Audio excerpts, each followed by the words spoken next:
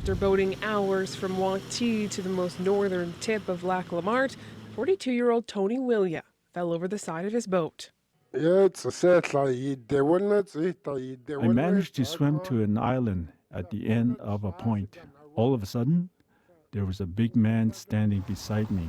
He must have walked away because I heard some branches break throughout the bushes. Willia would spend another 48 hours alone in the Tlichon wilderness before being rescued. For many in the region, the presence of Bushmen, or Notgan as they're known in the Tlichon language, is a reality that goes back thousands of years. And sometimes they use the medicine power. That's why it's really hard to, hard to find them.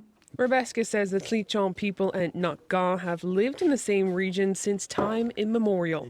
As legend has it, the terrifying human-like creatures have powerful magic. They lure people towards them and steal them, never to be seen again. There's even stories of Notgan stealing moose and caribou carcasses.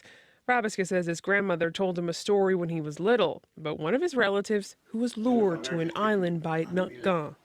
So we never seen him, never heard it again.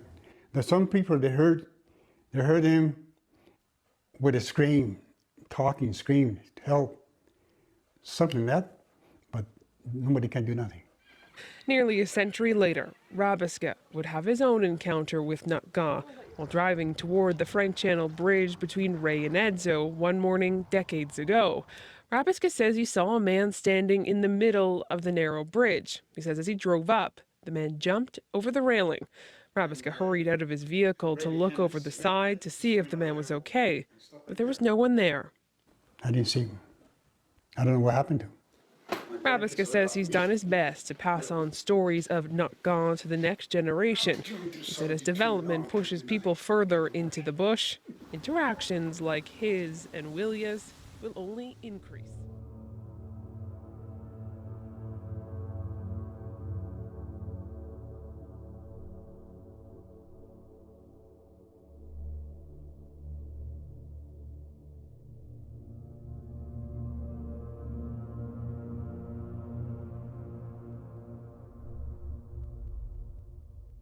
Two weeks ago, elders from the Champagne-Ajac First Nation were traveling on the Alaska Highway near Kluane National Park. It was late in the evening when they spotted a man-like creature crouching in the bush eating gooseberries. So it's actually right here at this bush. It was identified the next day. That's where it was seen. And from what I've heard, apparently it was crouching like this. And when the cars started to slow down, they saw it. It stood up and it looked right at them. Over the span of 20 minutes, people in 3 separate vehicles say they saw Bigfoot here. But the fear of being ridiculed is preventing them from speaking out. The tracks came this way. They went down and up that little bank, and that's where the Sasquatch was spotted. Haines Junction resident Richard Smith didn't see the hairy man-like creature. He and others from the community came out the next day to investigate. From what I understand from people down there, that they're very shy and they're a curious creature as well. First Nation elders say stories of Sasquatch have been around for generations and believe the creature migrated into the Yukon from the Pacific coast, and he has a name. Kusaka, he's that large hairy man that comes from the coast, and he used to be spotted around here for a long, long time. I don't know how long, but ever since I was a kid I used to hear about sightings in this country of them. We have the toes, and you see how it bulges up here. The lure of finding Sasquatch has become a life passion for Red Grossinger. He even wrote a Sasquatch research manual for people who believe they've encountered one. In the Yukon, so far I have 130 reports on file.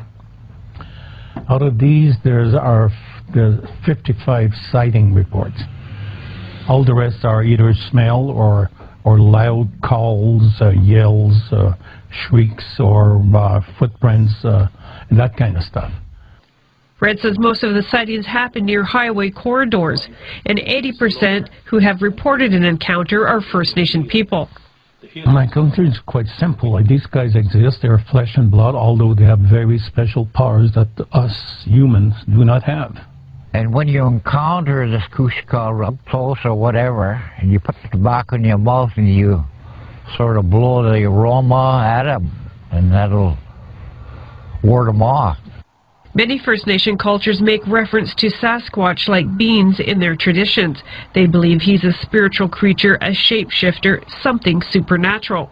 Our people have been carving them on totem poles for thousands of years, and where we come from in our tribe, the Chichafwalakame people, we're named after a man that was half Sasquatch and half human. His father married a Zunako princess.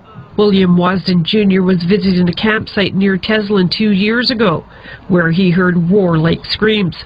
Yeah, we just have numerous legends about it, and it's a pretty important, it's really respected amongst our people. Others, though, aren't sure the Sasquatch is real. I think it's just the proof, you know, you need to have the proof. No picture was taken of Sasquatch and no tangible evidence was left behind, except for a beer can and people's word that they saw Sasquatch eating berries here. Shirley McLean, APTN National News, near Haines Junction, Yukon.